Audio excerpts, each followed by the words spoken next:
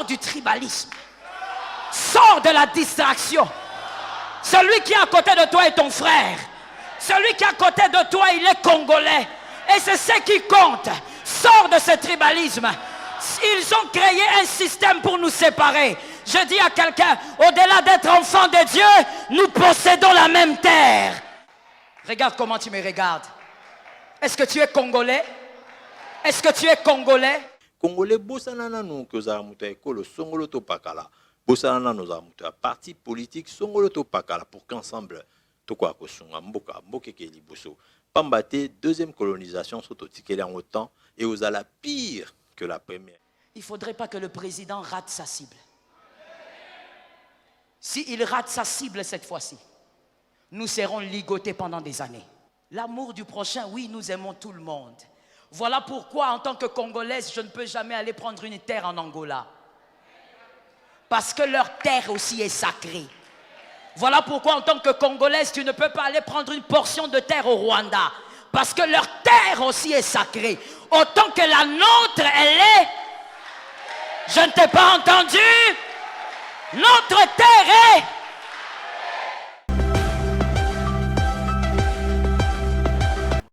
Bonjour, bonsoir, cela dépend de l'heure à laquelle vous nous captez chez vous. Nous sommes la chaîne Métro Paris-Kinshasa. Métro Paris-Kinshasa, voici encore aujourd'hui dans votre émission Kobo. Kobo veut dire Congolais, Kobo veut dire Afro, Kobo veut dire Africain noir, Kobo veut dire Motomoïndo, Kobo veut dire Afro-descendant, Kobo veut dire Motonasika. Bandeko, o ezali émission, il parle de toi, Kosukola Batomatoi, toi, Kobenda pe Batomatoi, pe Kobetangonga. Na Kobo, to na Congolais, to na Africain noir, to na Afro, bisika nyosu yazali, surtout azoka monoko na nga tozo benga mikolo la langue de Dieu, monoko na Nzambe.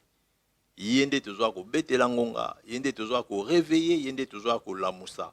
Pona ko ebisa que keba makambo ezali mwa mingi na mokili kasi malamu ko kabola matoi na ope makandisi na ona bande ko misusu oyo ezali biso otomi bengi bato na sika. Émission na biso na banze kutubino nzoto makasi pe santé kolongono to sepela ito sola lisusu lelo na butu ya lelo pambate totala imiko eleki mwa mingi marqué ba occupation mingi twala nango kasi moke na likolo na se atie kati na biso posa wana ya ko partager na bino sujet moko to moni yango eza très important. À tout de suite.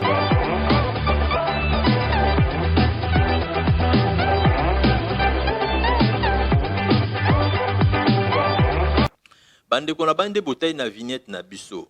Tous vigilants pour la terre de nos ancêtres. Biso nyoso tout telemangui tozala miso rofungama. Pona ko kengela oyo ezali likabo nzambe apesa yo ozotala ngai yo mibengi congolais.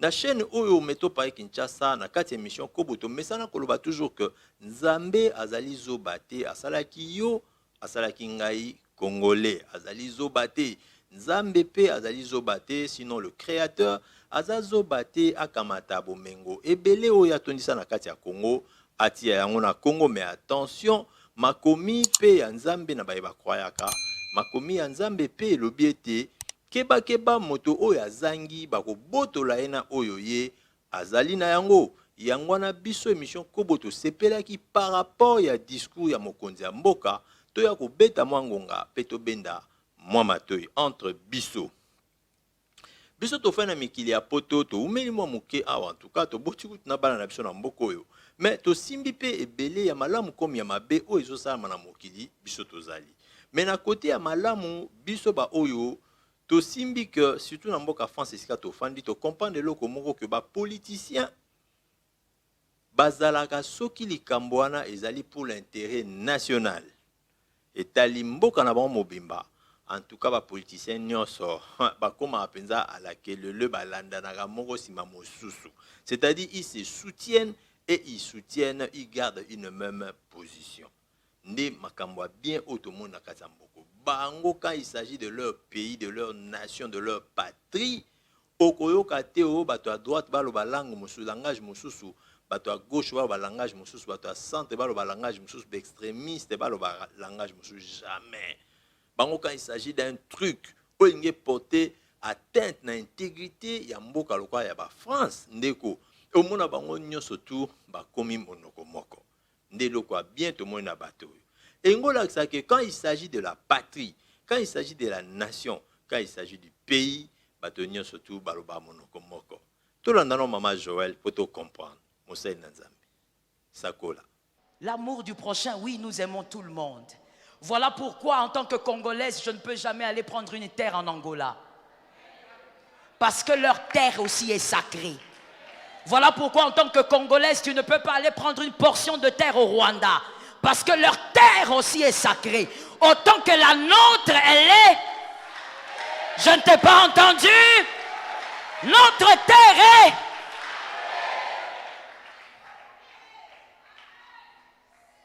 Ce monstre-là qui veut être engendré par une fausse paix ne doit pas naître.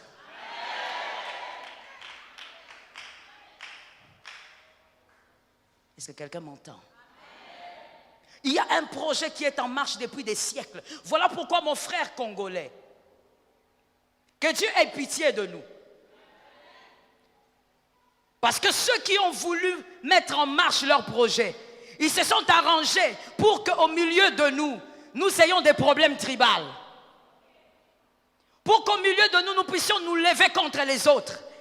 Ici, il ne s'agit pas du Mukongo, du Kassaïen, de l'Équateur ou de quoi que ce soit. Il s'agit de la terre.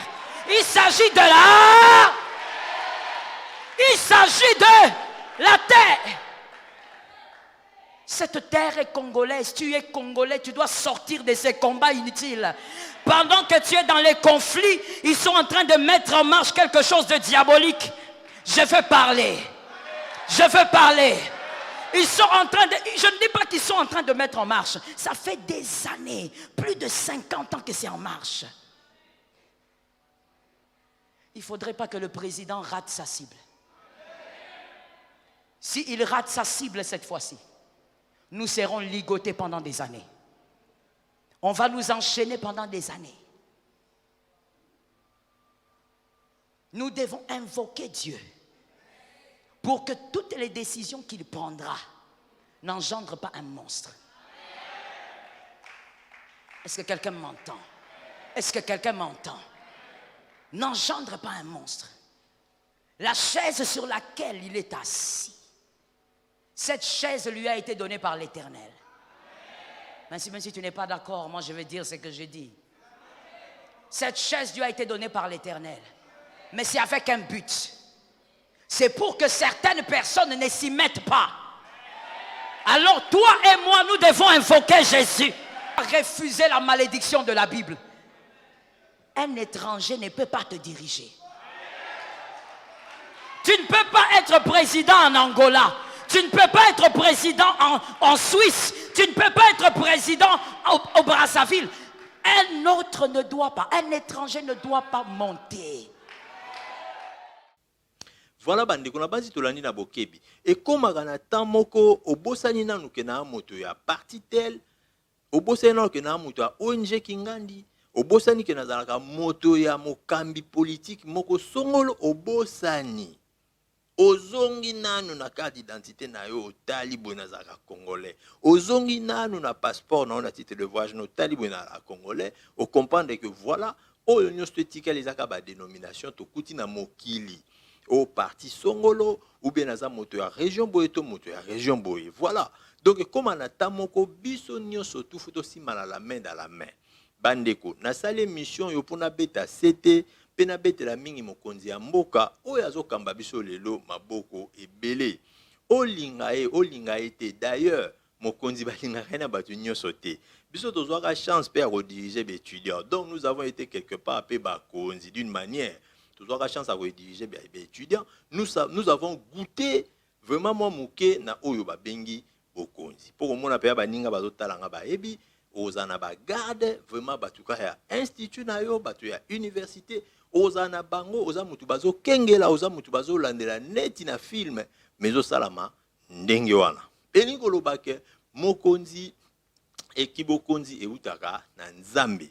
Quelle que soit la manière où que la place en haut, mais ce qui n'a destin, na calendrier, na planning, na programme, ya créateur, ya mozalis na likolonase, aux alate, au kokomaranate. Mais ce qui n'a programme, na planning, ya mokeli na likolo na se basi batiaka yo un jour il faut diriger mboka ou diriger mboka quelle que soit la façon kokotela wana na yango siko nganga na loba boye c'est vrai mingi pe na poto pe ba kritika ka mokonzi azolobela kote mokonzi oui maintenant mokonzi aotioloba mais mokonzi alobi nini bandeko ndenge message koloba bandeko mosusu l'heure est grave oui mais seulement moto ya positif akobanga te eza lokwa moto comprendre que bazo menacer yo non okobanga parce que c'est une menace mais seulement yo siko fozwa ba position dans la minute oyo congolais nyonso tu bisika ozali bisika nazali tika te tosala nini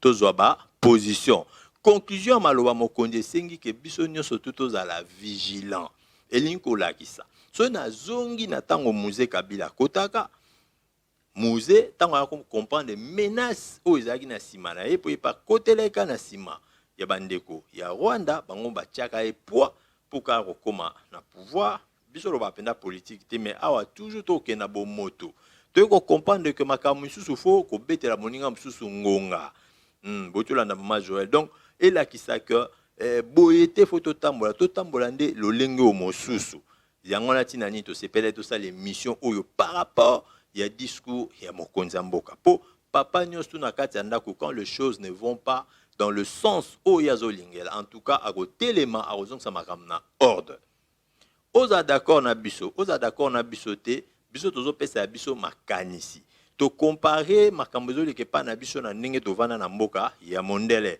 na mboka mondele soki baza na likambo moko oyo elingi déranger bonne marche ya mboka na bango to baintérêt na bango ezala économique ezala politique ezala diplomatique bato wana ya mboka wana surtout neti na bafrance bango nyonso tu bakóma na même langage bango nyonso baya kokondane likambo tel to tel autre toyokaki déjà na ndeko Fayulu toyoki na ndeko Mozitu ete basoutenir position ya mokonzi ya mboka na ndenge asengaki ete représentant ya mboka Rwanda abima na mboka na biso tomona nde basalini ezalaka ndenge wana cette fois mokonzi mpe azwi courage wana ya kosite mboka songolo nde mutu eza kopesa appui na groupe oyo ederangeaka epai na biso c'est vrai que dans cette partie du pays makambo eza un peu complexe vu que Uganda yepa lobaka te nga pe na ba ADF na lu ba tchaka mwa mobulu bakima kote oyo bakenda babata makuna voilà yepa luka neti azwa raison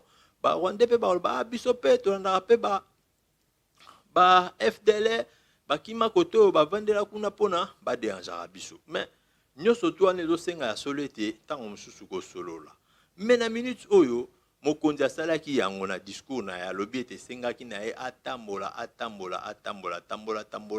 abeta masolo wana ngai kuna obetele ba bravo ebele puis na FC c'est un brave du moment que lelo sikoyo eyebani na mokili bakomi même pe ko débattre yango pe dans certaines chaînes na bamboka biso tofandi komona ke bakomi pena kosite ke Rwanda kutu mutu azo déranger este ya Congo mais biso ba oso totali mwa mosika na ba magazine mosusu tozolanda toyeko comprendre que yepe Rwanda en tant qu'un petit pays c'est vrai anakatika ya programme ya mindele pambate yo congolais foyeba ke ovandeli mine d'or mboka na yo eza na biloko ebele eza biloko oyo mokili ezoluka lelo wana pe foyeba sikoso totikali peuple moko toujours divisé na kati na biso tozosala na biso eloko moko te tozomiboma ne nous tuons à petit feu il faut toi la siko peuple moko boye tondima sacrifice wana ata tonga kosangana te tondima sacrifice ya kosangana nayebi ke toi peuple moko hospitalier tovivaka na biso bien tolinga na biso baproblème te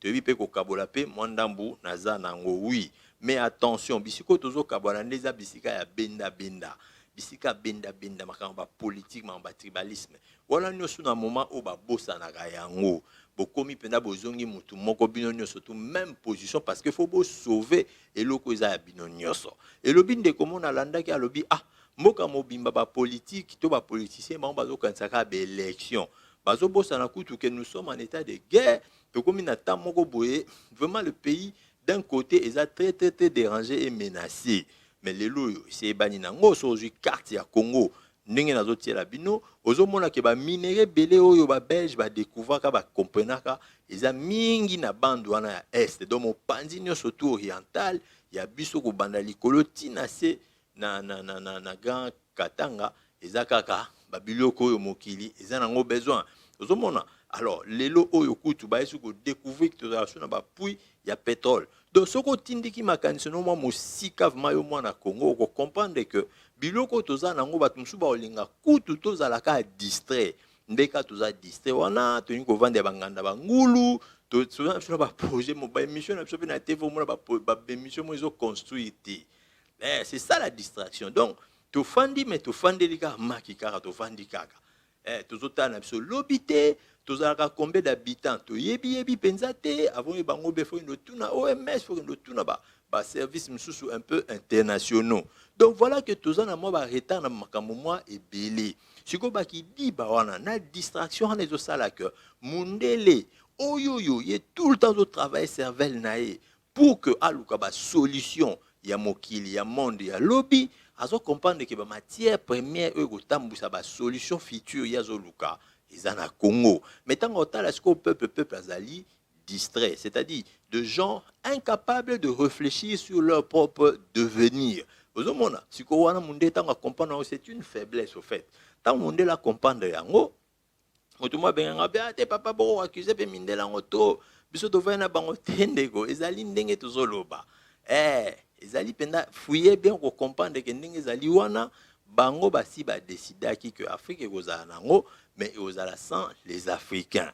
Lelo oyo balobi que Chine est comme une deuxième puissance économique mondiale. Si les États-Unis c'est la Chine. Mais pour Chine a une position. Pour Chine comme très puissante a de fan sa makamnae en Afrique. États-Unis tibozo mona no Rwanda obo tango landa okinokuta bazana se.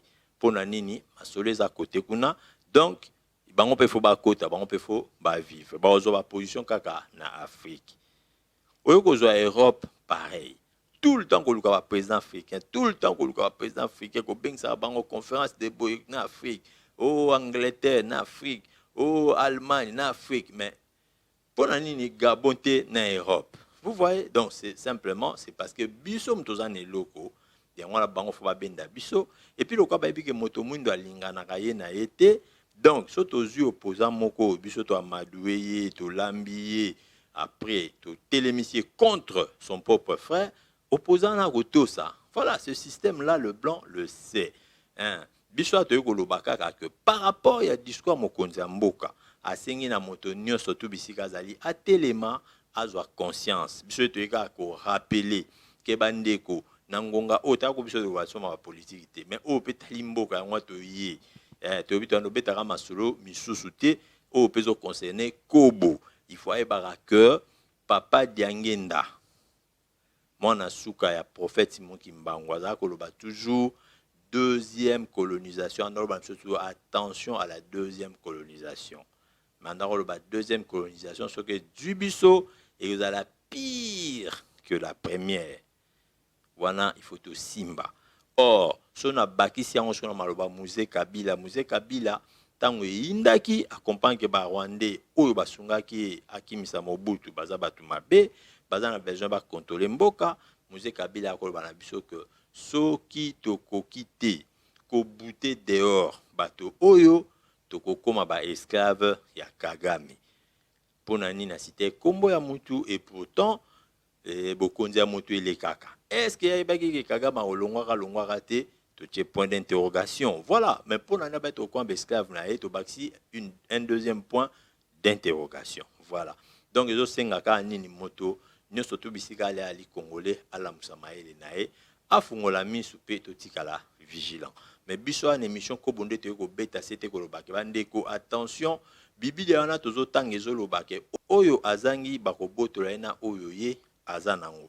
Alors biso le truc remarqué que na kati ya Congo kuna surtout na kati ya Kinshasa na kati ya capitale soko talo ko mona ke commune ya Gombe oyo nyos to beja tongela biso commune ya Gombe notre commune miroir yangwana ekomana na maboko ya bapaya yo moko ka congolais na buzoba na yo nakidi bana on a distraction na yo na manque d'amour de la patrie ozo zwamboka ozo teka oza responsable ba titre voilà immobilier oza mokonzi moko na ba kuna na ba titre foncier ozo sa no ba n'importe quoi ozo kamata mboka ozo céder yango na ba paya yango na ba toujours makambo oyo ezakaka biso mo ba congolais mutu tozo compliquer situation biso mo tozo boma mboka mokonzi mboka alobi que ndenge tozali wana kala mingi te ba fongola ba centre de recrutement ba jeune de ba senga il faut ba s'enrôler voilà chef alobaka bongo soki yindi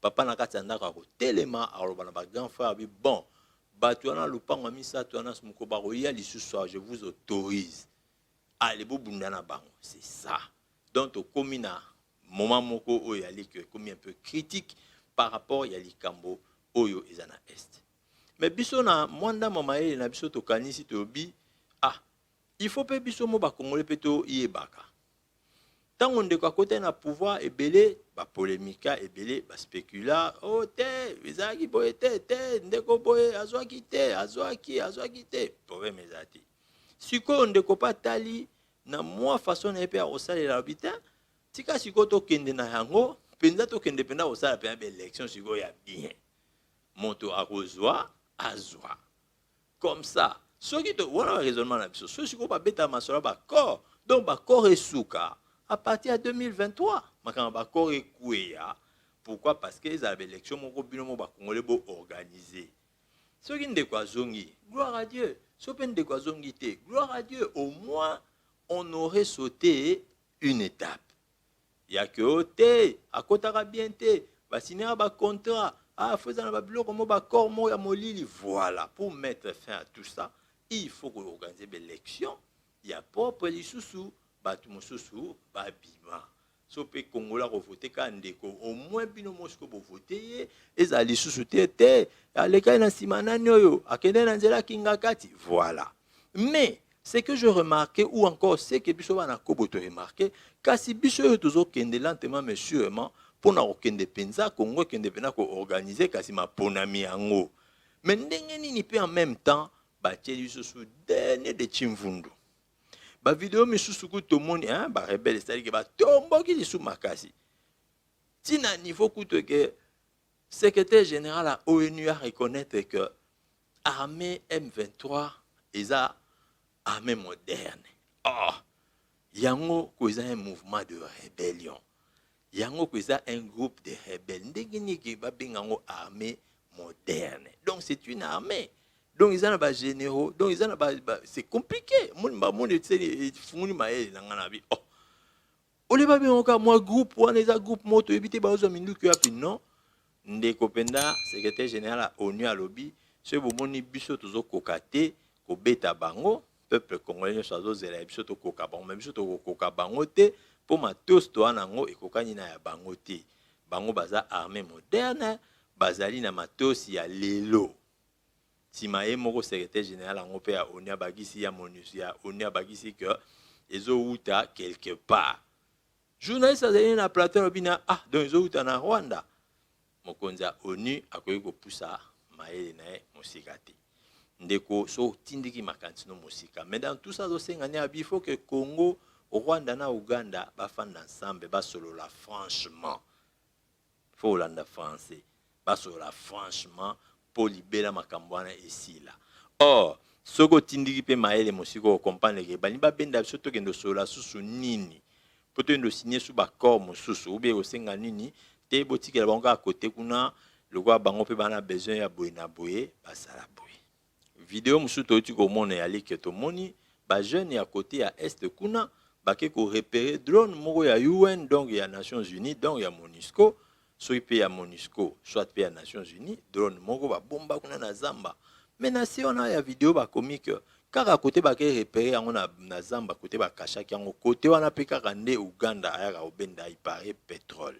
Nyoso to cheka ba il paraît mes vidéos et mona inango na miso ya bato nyoso ke ba jeune na ba mbila ba timbeli drone wana de bazobimison. Est-ce que drone nango yango temte signaler ba position il y a des éléments na biso, il y a des connabiso, il y a des frères na biso, il y a FARDC, point d'interrogation. Bandeko, il y a solide comme tango, Il y a côté élément, mais cette fois côté élément vraiment sans aucune couleur politique. Côté élément penza pour Namboka. Pambate, bikambo oyo e banana ngo kala. Boyebi ke bande ko na so côté na bakufi e belé. Mais na landa histoire ba fo américaine, na tali histoire ba cowboy, ndeni ne banda, ndenge ni lelo ba indien na États-Unis ba se retrouva minoritaire, pe ba poussa ba musika, nyonso an soko koti olandi histoire, au mona ke ezeka ba style ya boye, au mona armée moke goya, kutna tangwa ba utiliser ba kobo o nyonso ba sangola na armée américaine, bangonde mutu ba tindaka suite ya salaire banda pesa bango, documentaire za na Arte, chaîne allemande, bangonde batindaka pona bakende ko bouter dehors, ko massacrer, ko panza ba village ya ba indien na batawana na côté ouest ya États-Unis. Lelo yo bande ko bakoma minoritaire batindika bango bana baba et bino mo boyebika histoire. Voilà, boyebi nezali. Donc na talaki bona lelima ina misona bia de l'histoire se répète. Biso pepi bakuna babibe bako longola bangwana bako massacrer bango bazao kima, c'est pour que enfin le groupe qui part soit remplacé par un autre groupe. Yangwa désolé kana este ko yakuna ko massacrer ko kata bato ba mitu, mais comment depuis là communauté internationale et le bela ngote pona nini droit de l'homme et le bela makambu oyote ba atrocité oyote zole kana RDC de comme na tamo boto tiki na peu distraction. Totiki na babuzo bana biso totala na makambo yo mokonzi oazo dirige biso lelo asengi na biso, il faut ko zala vigilant, ko fungola misu, ko mona bato nyonso tu ya maseke, ko mona bato nyonso tu o bazalo ko ben filtre nde mo abengi bango o bazo pesa basango mabe et puis bazo travailler na compte ya binemi na biso. Congolais telema, Congolais tozali boke, Congolais bosana nanu ko za muta ekolo songolo to pakala. Bosana nos amuta parti politique songolo to pakala pour qu'ensemble to kwa kosunga mboka mboke ke liboso pambate deuxième colonisation soto tikele en autant et aux ala pire que la première et nous risquerons ya ko vivre en suna kati mboka na biso sans que ba beta bino fimbu momo na penza bazo sa option de bazo sa option, c'est-à-dire ko boma biso pamba peto zangi moto akolobela biso to tikibino peto soye na mbalasima. Ciao. Métro Paris Kinshasa.